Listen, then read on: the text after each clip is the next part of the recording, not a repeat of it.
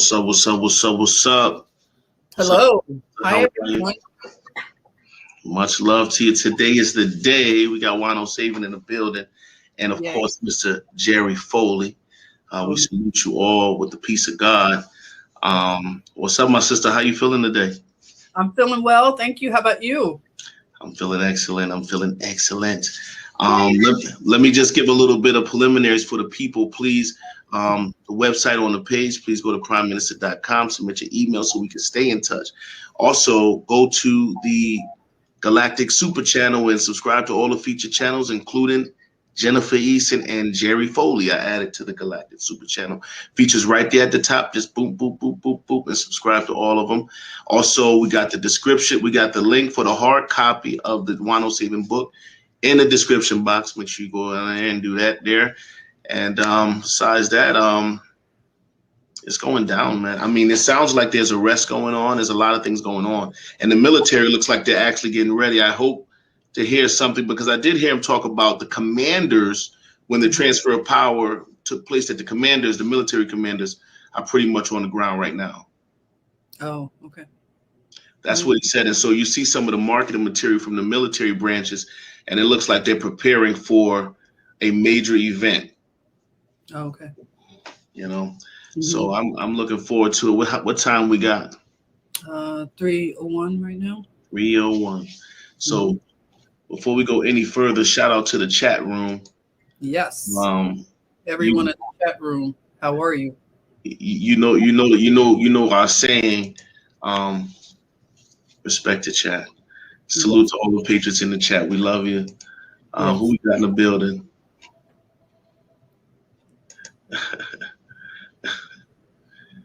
Hey, Shelly.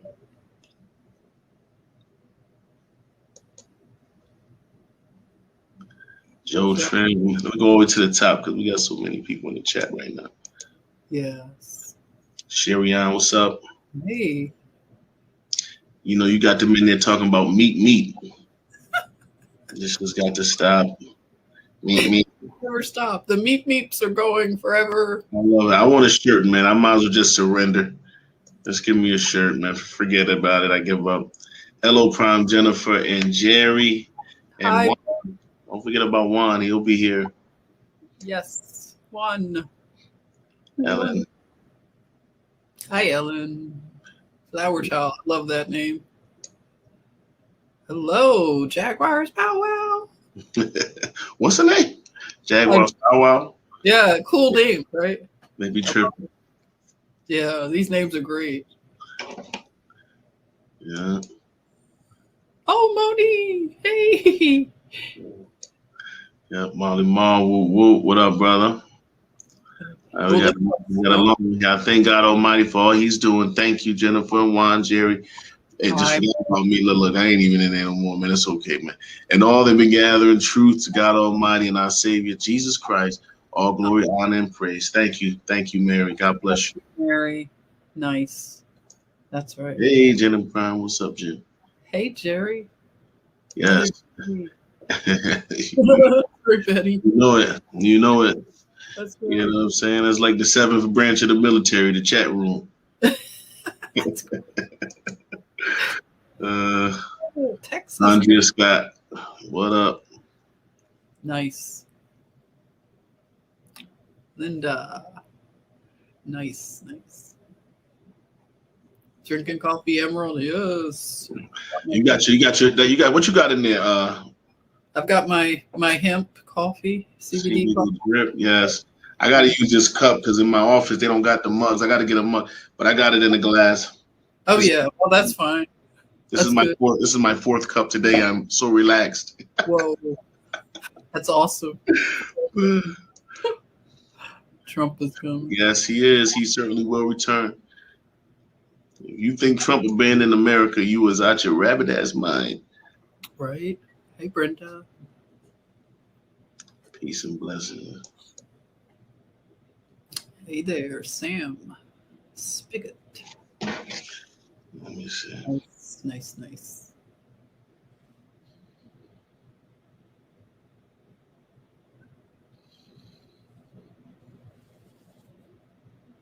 Okay. Okay, 3:05. So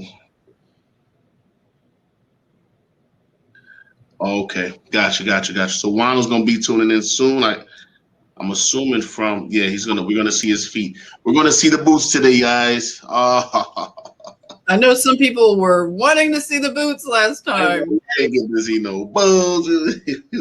Boots. Yeah, Jerry just hit me and said Juan will be tuning in, tapping in a hot second. So everybody, thank you for your patience. We thank you for your patience. We know he's busy, and we're definitely honored to have him. And also, I will be having his the link to his book in all of my videos. I encourage every every house in America should have the book. Get the damn book. Yes, that's right. I have the book. He's calling me right now. Hold on one second. This is so crazy. Hello. Hey, Prim. Lon here. How you doing? Very good, sir. How are you? Great. I tried to come in on your stream, but it only lets you come in with a Facebook or YouTube account, which I don't use either of those. So I don't know. I guess last time we did it just on the cell. Is that right? Yes, we did, sir. All right. Wonderful. Well, we have you live. We are live now, so the audience can hear you, and I have you on speakerphone. Oh my gosh! Oh, sheesh! Everybody's hearing our private secret communication. Oh, here we go. Aliens now.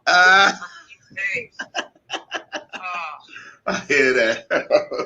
Hi, Juan. How are you? It's Jennifer. Hey, Jen. How are you doing? I'm well, thank you. Are you doing well today?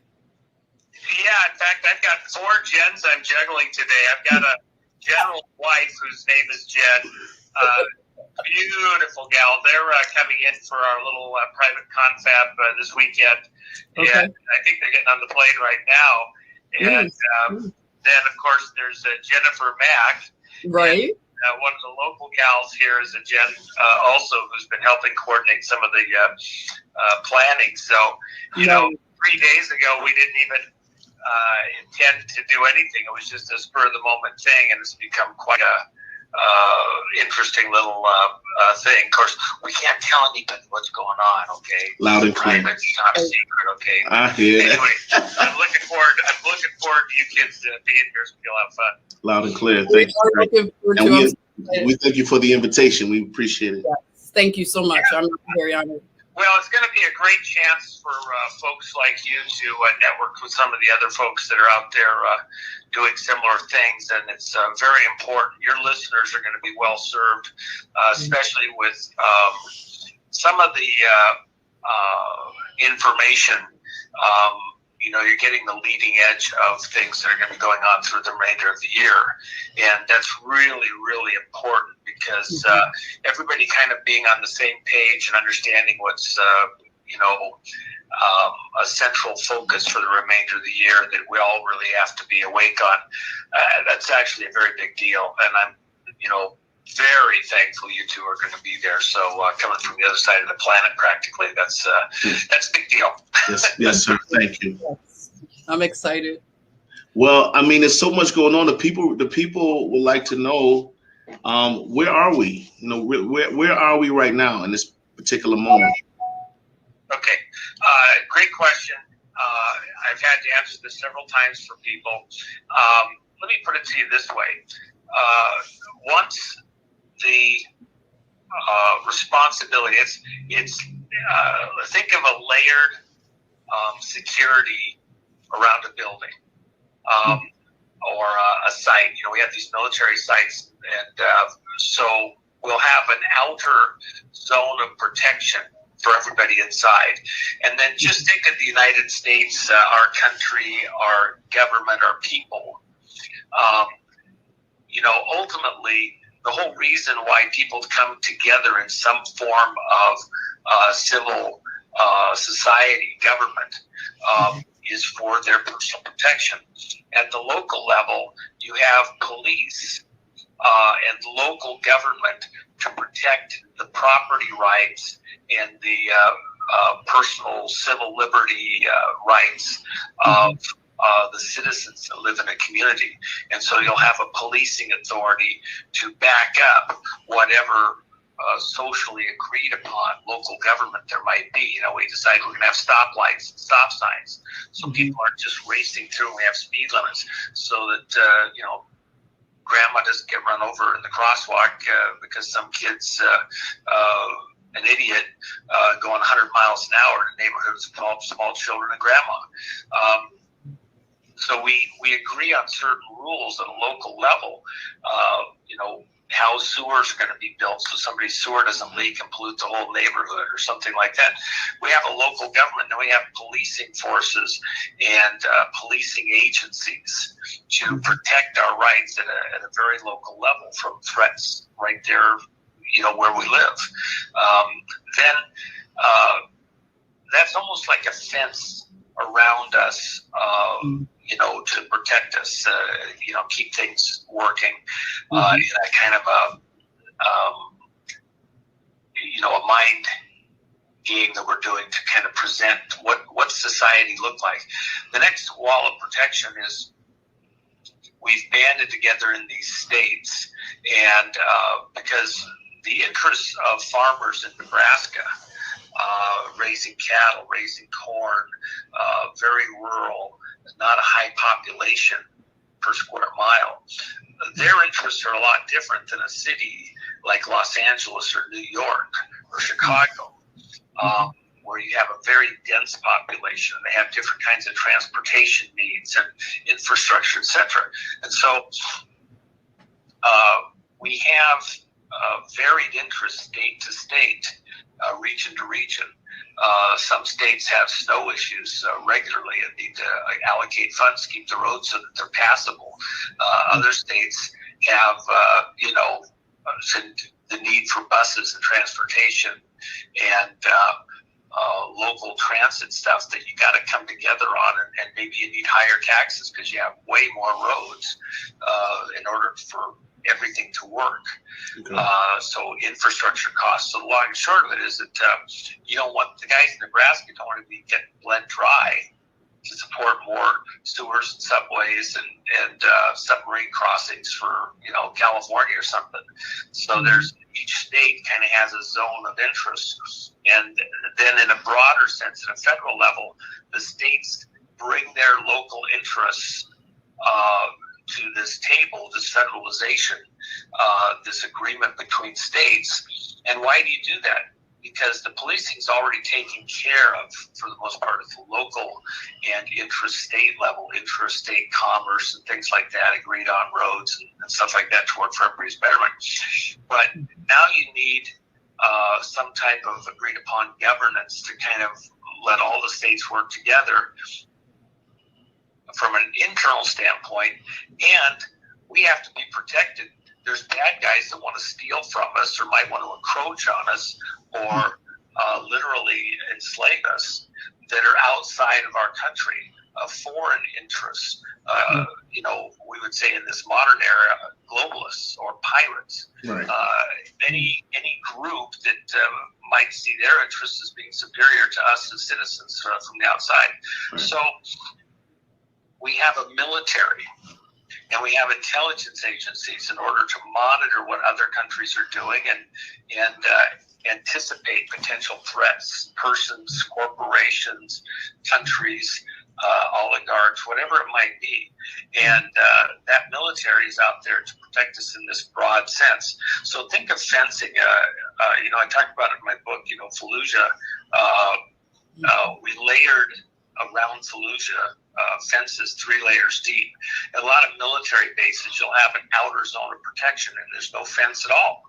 They'll just cut all the trees out, you know, for a half mile out or a mile out. So it's just open field. And anything that would cross that, it's pretty hard to crawl across it because the grass is short. You know, there's no trees to hide behind.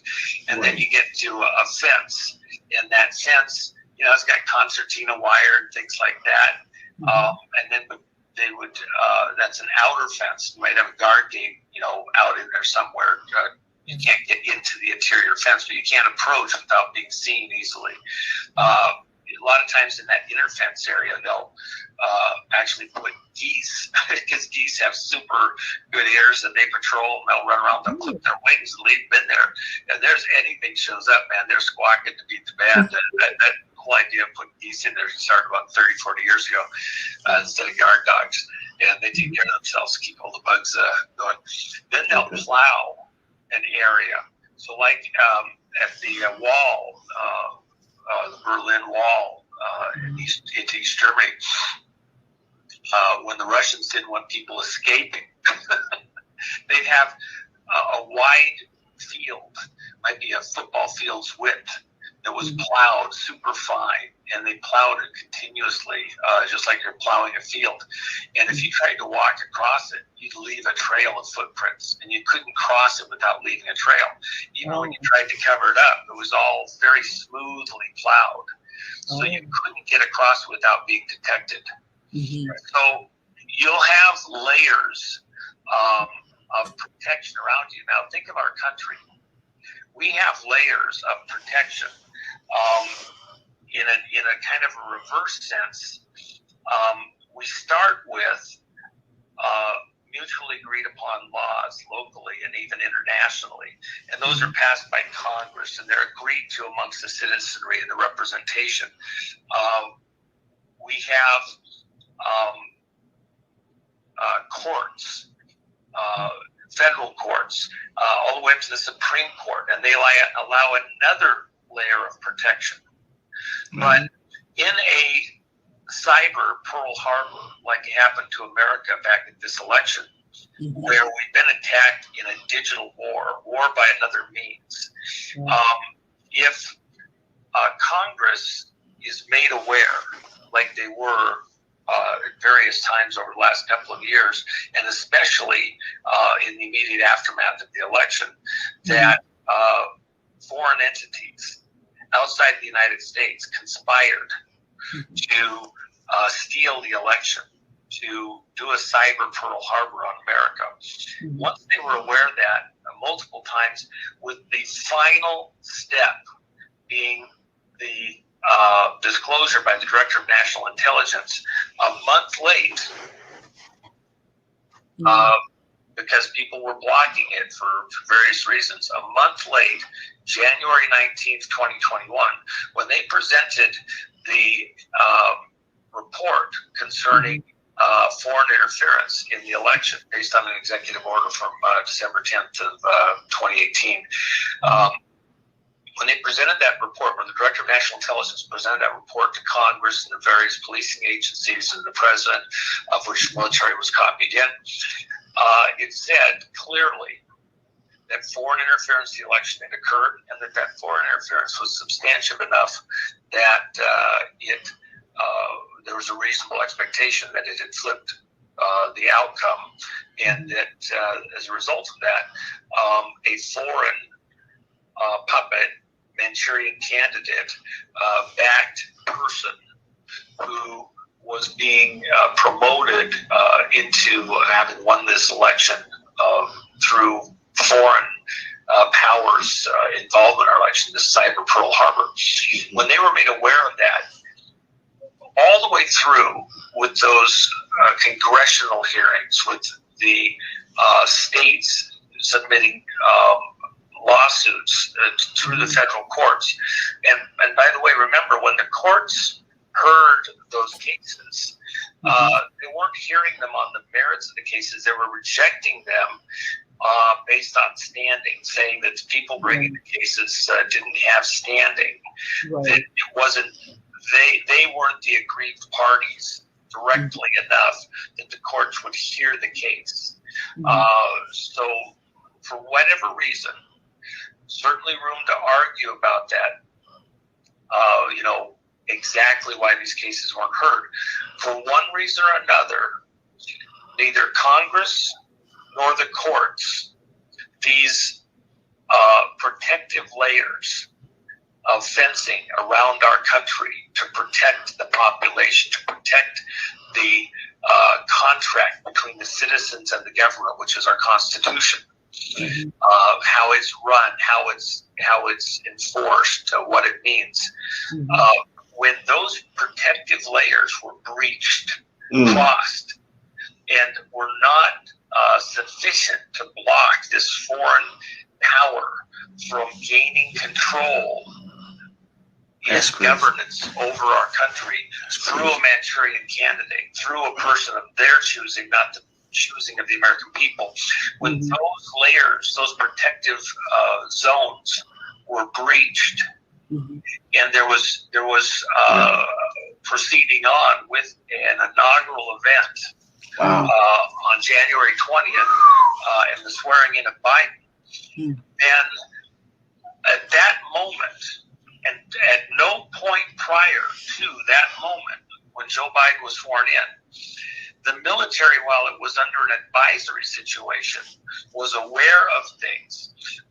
The military doesn't have the license, the authority to act proactively, necessarily, or instantaneously when they detect something as far as a threat. The way that our government here in America is run is that we have our elected officials, congressional, federal officials, and agencies that are hired to do these various services. When that was breached and they didn't protect us, and they didn't get to justice, if you will, and then it fell to the courts, and the courts, because of the compromise, because so many of the players in the courts are captured by these same foreign entities, have issues where they have been honeypotted, blackmailed, bribed, are participating somehow in a way that they will do somebody else's interest, or just plain that they're inept. They don't get it. Can I ask you one question? Because hold on, let me okay. So when they breached all these things, the last fence, the last guard gate, the inner circle that is the most secure is our military. And the military, for foreign threats against America, not policing agencies, internal, but military present against a threat external or domestic. Right. When all those other protective layers were breached and they still hadn't stopped enemies against the American people, foreign threats against the Constitution and its engagement, use on behalf of the American people, the military's role came to bear.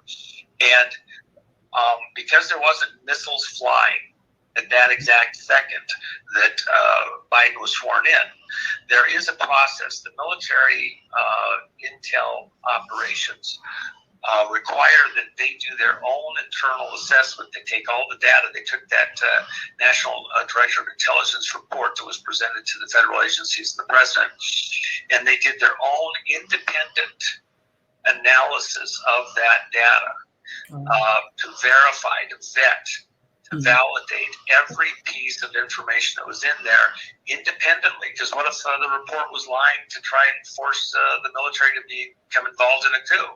So they did their own independent analysis. That took a certain period of time. Where are we now? That's your question. Right. That assessment and analysis is complete. The question is how do you then proceed from that point forward? When that assessment's complete, they determined that in fact there has been foreign interference, and that a Manchurian candidate is in place or going to be in place and doing all sorts of things against the interests. The military code requires, 11.3 and 4, requires that as quickly as possible, after first protecting the enforcement of the Constitution, the contract between the people and the government, and protecting the people themselves, then the next thing that has to happen once you've secured the safety protective layer of the republic is to then restore lawful civilian control over our government, to restore civilian authority back over control, including of the military. So we're somewhere in that zone right now. We have 5 aircraft carrier task forces off the coast of the country, 3 on the West Coast, 2 on the East Coast. Each aircraft carrier has a group of ships that work with it of about 100. Support, supply, protective, submarines, everything. So you've got hundreds of ships off the west coast of the United States. You go from San Francisco to San Diego, just go anywhere along the shoreline, look out there. It's like a picket line of ships. Really? And that's because there's a threat against America. They're fully deployed. They're in essentially a protective stance against anybody that would want to be a threat, if you will. Same thing off the East Coast. You have 200 ships off the East Coast in a protective stance. Anybody wants to, take advantage of this moment that we're in as a nation where there's this question of what's going on. And we have an aircraft carrier task force off the coast of China. We have another aircraft carrier task force off the coast of India. Because China's been presenting some threats towards India. So we have where there could be incidents that would distract us and take our attention and put us into some kind of a oh no moment.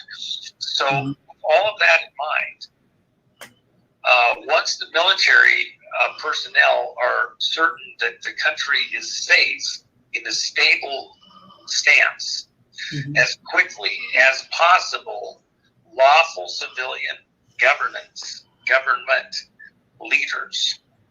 It's the military's job to restore civilian government authorities back to control. So the question is, if there was a cyber attack on the country, are those civilian leaders that would be lawfully in place? Let's say there was a WMD attack on the country. And a bunch of people died of anthrax or some other thing. It doesn't have to be nuclear, but it could be nuclear. And so then the military has to figure out, well, where's the people and what would be their lawful reason for being the ones that are chosen to be in charge? Do we have another election? Do we, how do we get to proper civilian government? Being in control of our country, this continuity in government issue. And the nature of the threat, the success of the threat against us would dictate what that might look like. However, it would be my contention to your listeners, Drum and Jen, it would be my contention that in reality, we know precisely what was done with the vote. We know precisely how it was twisted and turned and flipped, etc. That is not an unknowable thing. Right. And while there may be some minutia here and there where we might not, know with exacting precision, to the 99th percentile, we know exactly what the vote flip was, where it was done, how it was done, which cyber tools were used. The military has done its own assessment, comparative analysis of what occurred and what the DNI report showed.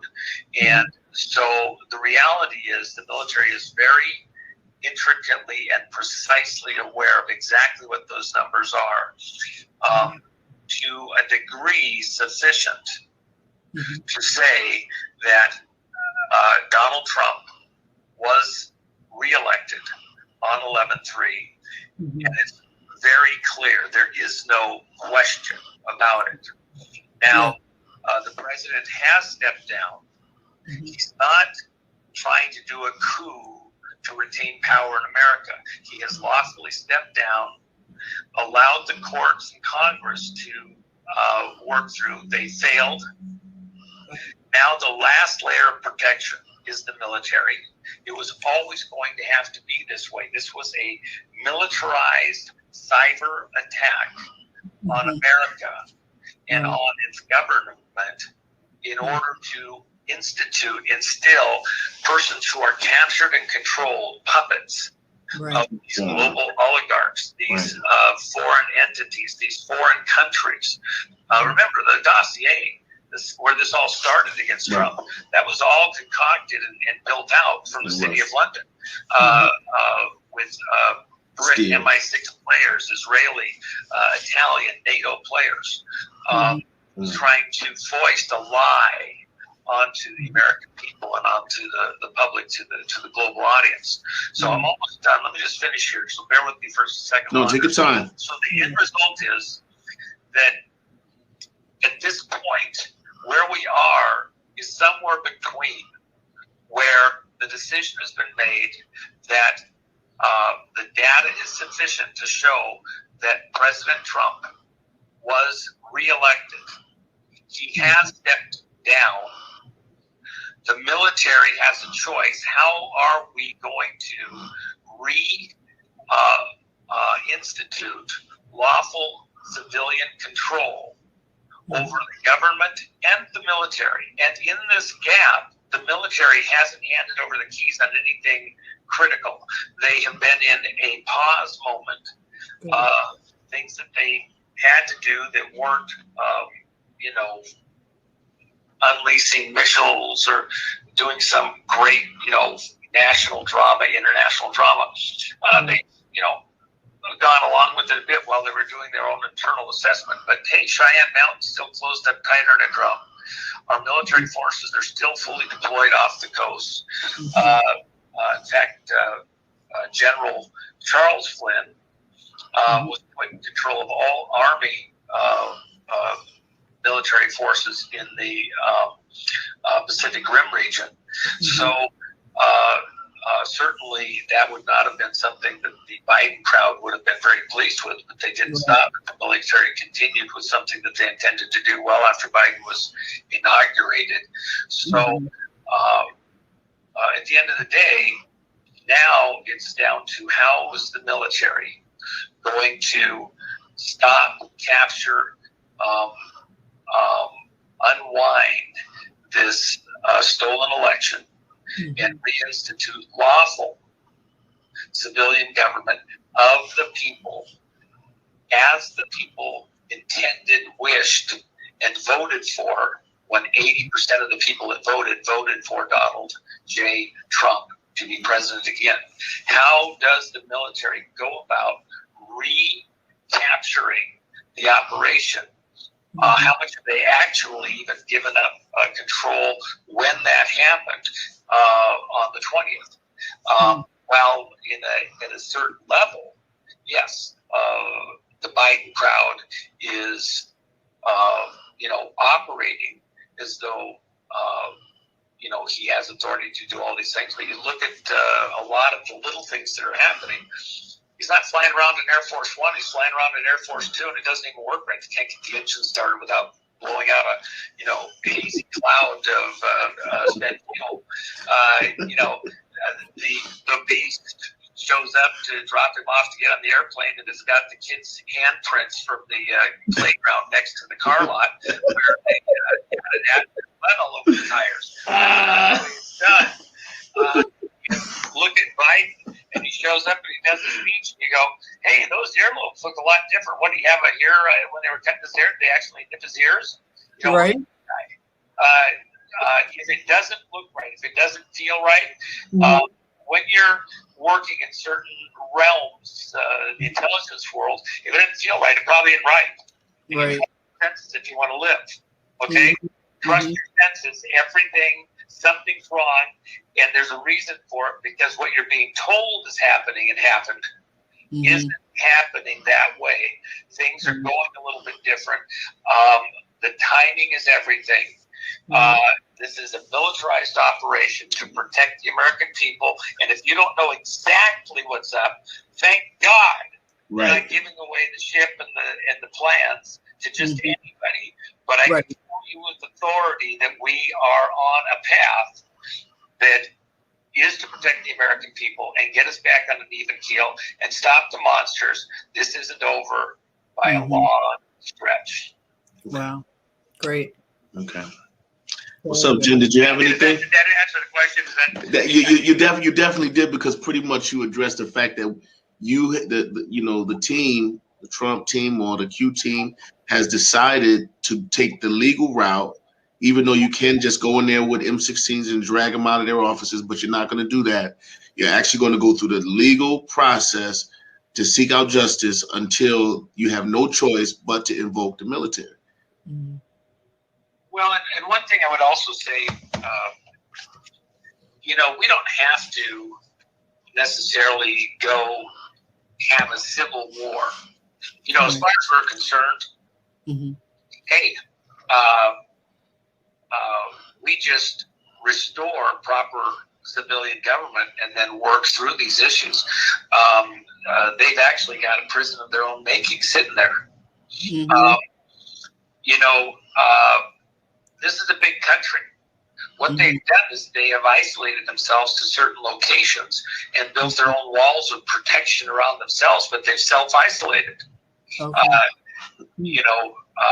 How much can they actually do against the American people if they don't have the keys? The briefcase can be in close proximity to Biden and crew. Mm-hmm. If they push the button on the briefcase, if they put in the code and everything else, what happens? It doesn't actually launch anything. It doesn't do a thing. Why? Okay. Those codes, those communications go to Cheyenne Mountain and other locations. And then it's essentially a handshake. It's an agreement.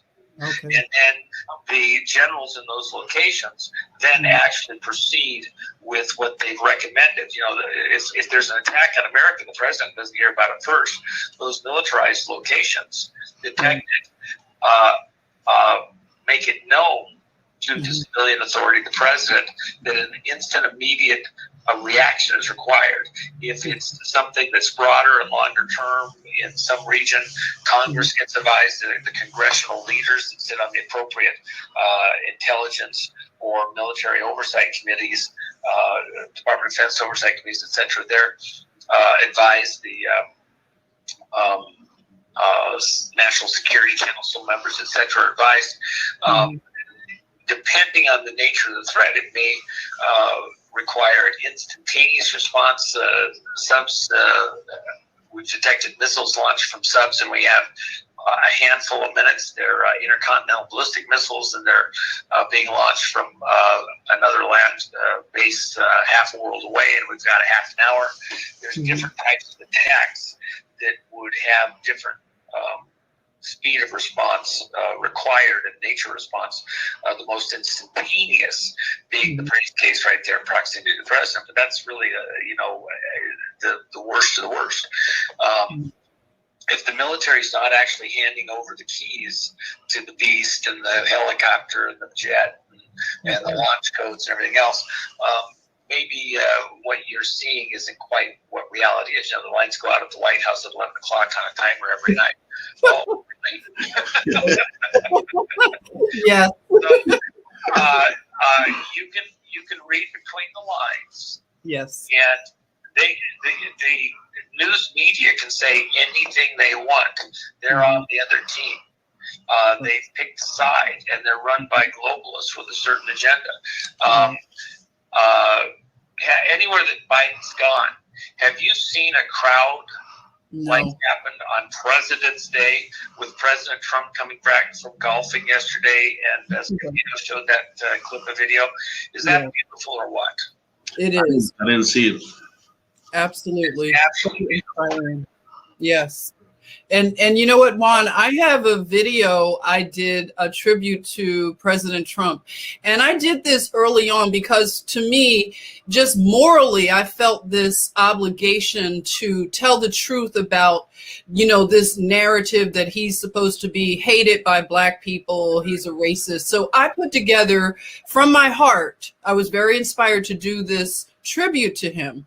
And it's really moving to a lot of people, but I noticed an uptick in viewership for that video. It's unbelievable. So, I know that people, they are, waking up. These are new eyes that are looking at that video. Yeah. And just within the last couple of days, especially on President's Day, it was just such an uptick in viewership for that.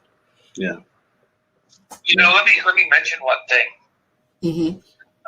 Cynthia McKinney, who is very different in a lot of reviews from maybe what I would have, or other people on the conservative side would have.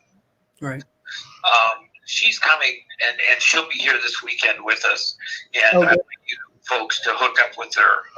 She's an honest, sincere person. Yeah. Her views are valid. She loves President Trump, even though he's anything but a Republican. And, a Republican in name only, is Trump a Republican? Maybe that's not even an accurate phrase, except in the classic sense of the term. Right. But we can have differing views as citizens. In fact, even over at my platform, 7daily.com, which, by the way, I know some of the people out there, struggled with a little bit. We went through a huge platform change that we had it all ready to put that up the other day. And then the weather event down in Texas happened, and no power at locations where we had the code to be uploaded. But our guys rewrote 40,000 lines of code in a week and a half. Nobody's ever done quite what we've done, and it's actually quite amazing. We're bypassing all the other controlled choke points. Very unusual. Yeah. We're going to have a free speech platform, and it's going to be for real free speech.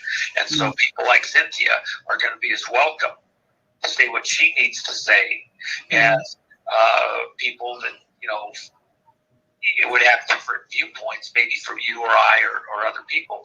We're going to have a conversation there. We're not going to be stopped from having a First Amendment type of conversation on that platform. And people from all over the world can be able to go there and work. And we're going to go head-to-head with Facebook, YouTube, Twitter, Gab, anybody else. And we're going to have a free speech platform. And so I'm very thankful that the folks have come together like they have. It's amazing. One of the players that's involved in that does stuff for one of the largest companies in the world. He says, we have 8% of what you have for capacity, one of the biggest companies in the world. So we're playing for swinging for the fences. It wasn't until while we were working through this, we had different programs that were about 18 months apart written. We found a bug that was in there. That's why YouTube beta, we got in there, got to a certain point, realized what the issue was, and then rewrote this huge swath of stuff, brought in a bunch of people and got it done. We're there. They'd have had it loaded 2 days ago, except for the weather event down in Texas. So, but free speech, we're going to have that. That's why I love that Cynthia's going to be there with us this weekend, amongst other people. And I want you specifically get to me. I want to put you together. She needs to be on your show. She loves President Trump. She says President Trump brought so many jobs into the black community. Why? Because this isn't a civil war that we're in. This is a revolution where foreigners are trying to tell us how to live as a people and what we're supposed to like and not like. We're not being told by these outsiders how to function. We're going to get along, and we're going to make it work, and we're not going to be told that we're fighting each other, because we're not. Right.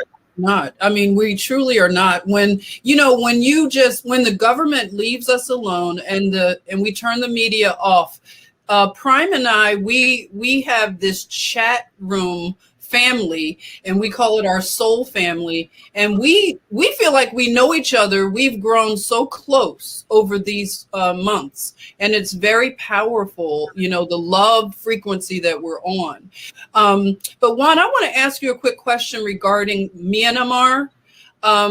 It seems that some of us are just kind of assuming, and I know assuming is not always good, but we're just kind of assuming that is a model or a pilot, in a sense, of what we could see here in terms of military. What would you say about that in terms of us mirroring what might be going on there? But of course, our country is so much different, but could you speak to that? Yeah, if you look at what happened in the cyber attack on America, using the Dominion vote machines and other things, the Ukraine and the elections in the Ukraine were a test to make sure all the systems were in place, they worked right, everything handed off right. And remember, it was really CIA and other intelligence agencies working together in concert to control the outcome of the election in the Ukraine, using these exact same voting tools and satellite communications networks and analysis in order to control and flip the vote there and get the players they wanted to in place. That was the test for what was done to America in this cyber Pearl Harbor. In the same way, in Myanmar, you really are looking at a test to verify that all of the basics are in place for what's going to happen in America. Now, that's an extreme statement, I know. And a lot of people are like, what in the world are you talking? Why would you have to do that? Well, I'm just telling you that there's actually the crowd that was doing stuff there and the way it worked. You look at who was all good buddies with the people that had gotten into power there. And they're very closely associated with a lot of the people here in the United States, in government, in key positions, who are working hand in hand with these operatives in the CIA, these operatives in MI6, these operatives in the global banking and oligarchic corporate community. And so that is a test bed to make sure that we've crossed the T's, dotted the I's, and in fact, into the we have computer intelligence analysis systems. These very complex computerized models that track the way communications happen, how society reacts to various things. These supercomputer models are extremely complex, way more than most people could even begin to grasp or comprehend. Those are in play. That situation there is being monitored very closely into the societal level, the communications groups, etc. And they know what works and really doesn't have a prayer of working. That will be the model for the next things that have to happen in recapturing control of our society here, our government here. Now, I know there's a lot of people, well, prove this, prove that. Who told you? What's the... Like, I'm just telling you that's the way it is. Okay? If you don't like it, I don't care. Right. Watch, learn, listen. We'll come back and have an analysis a year from now. Okay. Right. And just telling you that's what this is about. Those people that are questioning that are being very perceptive. Yes, that's a model for what has to happen here. If you can see that happening there, that's similar to what's going to have to happen here on a much larger scale. Just like the Ukraine was a test the other way, Myanmar is a test to push back and get control here, and with similar methodology, where the military is the last line of defense against essentially a digital capture of control of the country through the vote in order to put puppets into positions of authority over the people via puppets being put in place in the government in this cyber warfare, war by another means that's gone on there, the same as it's gone on here in the United States. We're going to overturn that, push back on that, get control here, and be thankful that it is being tested there, because the whole point is you can't have the cure worse than the disease. You can't stop America and have some widespread, massive civil disorder and throw everything off the rails, and then that's better. No, this is a very coherent, intelligent, methodical recapture of control of the reins of government, and then getting the people, the American people, back on course after this huge global, international attempt to take over the world. We have to push back. It's going to be complex. It's not going to be perfect as far as everybody's concerned. And there's going to be a lot of people that are butthurt that they weren't included to know exactly what we were going to do and why and when. And I should have been included because I was right there in the room. Well, maybe you shouldn't have been. And because there's saints, there's foils, there's things that are done in order to buy time. It's in a chess game. There is no way to play chess where you're not losing pieces as you go to get to the right outcome. It's just the way it is. And you're challenging positions, you're probing locations. There's different strategies that come into play as the game progresses and as your opponent makes their own moves. But at the end of the day, chess is a game where as you proceed, there are fewer and fewer potential moves by both sides. We are reaching the end of the game. This game is coming to a conclusion.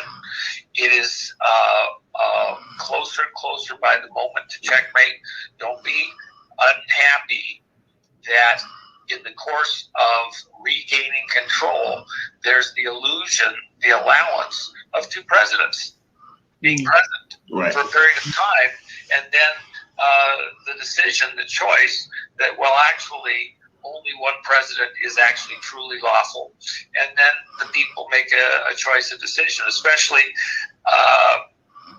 if this becomes more and more obvious that even the proposed other president isn't functioning as such, and the one that would replace isn't even lawfully authorized to be a president. That's a type of national emergency, essentially a Cuban Missile Crisis of an internal sort, where the military's need or authority to act is going to be challenged. The civilian authority's need or authority to act is going to be challenged. We have an interesting moment ahead within your audience. Your audience should not be hand-wringing and sweating bullets and afraid. They should be the one in their community, in their household, who is steady at the wheel, composed, appropriately attentive, knowing that things can break a lot of different ways, and we're not dropping our guard, but we're also not intervening inappropriately while the people that truly have our interests at heart, who are charged with that authority, which is our military authorities, take their next actions. If you're wringing your hands too hard and it's getting them wrong, get better hand cream. Amen. If you can't do it, go out to Grandpa's shed and get that axle grease out of there and use axle grease, okay? It works great. Just don't get the kids and the pets and get it on the furniture, relax, we got this. Right. That's great. That's great. I have another quick question. I'm sorry, Prime. It came to my mind, Juan. I am really curious to get your take on Italy. Okay. Italy being a NATO country and their involvement in this really, feels like such a betrayal that they're supposed to be an ally to us. I've even lived in Italy in the past, so I was really like, whoa, So can you speak to what might happen, or what would it look like in terms of accountability for Italy's, their involvement in this election? Well, it's probably not really fair to localize it only to Italy. This was really a number of countries who were used themselves as puppets. You have a number of countries like Italy itself, which ultimately has a fairly weak government. These globalists, these internationalists that want to control the world, own the world in a kind of a James Bond plot, they want weak leaders, because with weak leaders, they puppet them and they can control them. They're just figureheads. That's why a person like a Biden, who's so feeble, who's so blank, in his own cognitive abilities is perfect for them. Even had Hillary won, she would have been, for all that she presents as being powerful and strong-willed and everything else, she's a very weak person, a very controlled person. That they can puppet very easily. All of these leaders are, because they are compromised and captured. And so weak leaders, just like you have in Italy, they're so easy to control. You're going to have Italy and people in Italy colluding to get some little gain by controlling the election into America. Really? No, they're just another piece in a much larger puzzle. There was British agents that were down there in Italy, where at the facility where those flips on the vote occurred. Ultimately, what you're going to find as this plays out the rest of the way is that there was this was really, in large measure, a Brit operation from MI6, and it was the bankers from that square mile in London that were controlling all the various parts, including the players in the intelligence agencies, to control the outcome of this election and the election before it, for their global interests. Remember, people think of America as being the largest, most influential country in the world, but it's probably not exactly completely true. It's the British Commonwealth countries working together. Even the Dominion name, Dominion countries, Canada is a Dominion country within the Commonwealth. That Dominion name is a reflection of who's actually controlling, whose objectives are at stake in that vote system being out in the world. They brand things with certain names because it has meaning to them. And it's like a little secret hand signal. Hey, this is us. It's like a tattoo. Oh, yeah, I'm on the same team as you are. They flash it. It's a gang sign, okay? Well, the Dominion name's a little gang sign flash. Hey, that's us. We got it. Okay. That makes sense for you? You kind of catching that? Definitely. Yeah, it does. It totally makes sense. And like you're saying, I think for, growing up in America and hearing about, Britain and the great, kingdom of Britain, we probably didn't realize they retained so much power because we thought we had won our independence from them. And, you hear that stuff in history throughout school. So you really discount their power. So thank you so much for, helping me to understand that, no, they had not lost any power. Can I ask you a question? It's power, but it's a fight. We're challenging that, and this is a revolutionary war. The people that want to portray that if we don't get this vote right, whatever, we're going to have civil war in America, we're going to have fighting in the streets and the capitals and the police and everything else. That's somebody else's idea of how they're going to get us fighting each other. They want us fighting each other on black and white. They want us fighting each other on Catholic versus Protestant versus, Jehovah's Witness or any other religion. They want us fighting each other on the rich, the poor.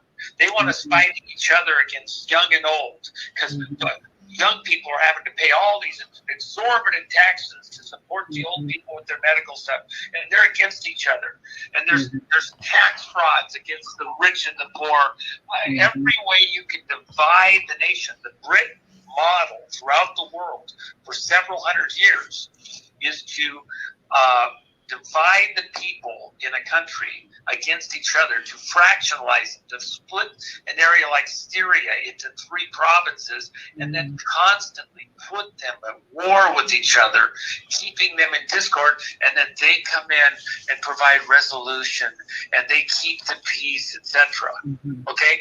That's the model. And they're trying to do that here in America to put us against each other, to make it so we can't be functional in the way that we do commerce interstate and run the roads, the power, the way that we exercise, run power grids and pipelines and gas lines and things like that, to where we're dysfunctional and the costs are out of space, and then they have to tax us to the moon to regulate us to have their green bullshit.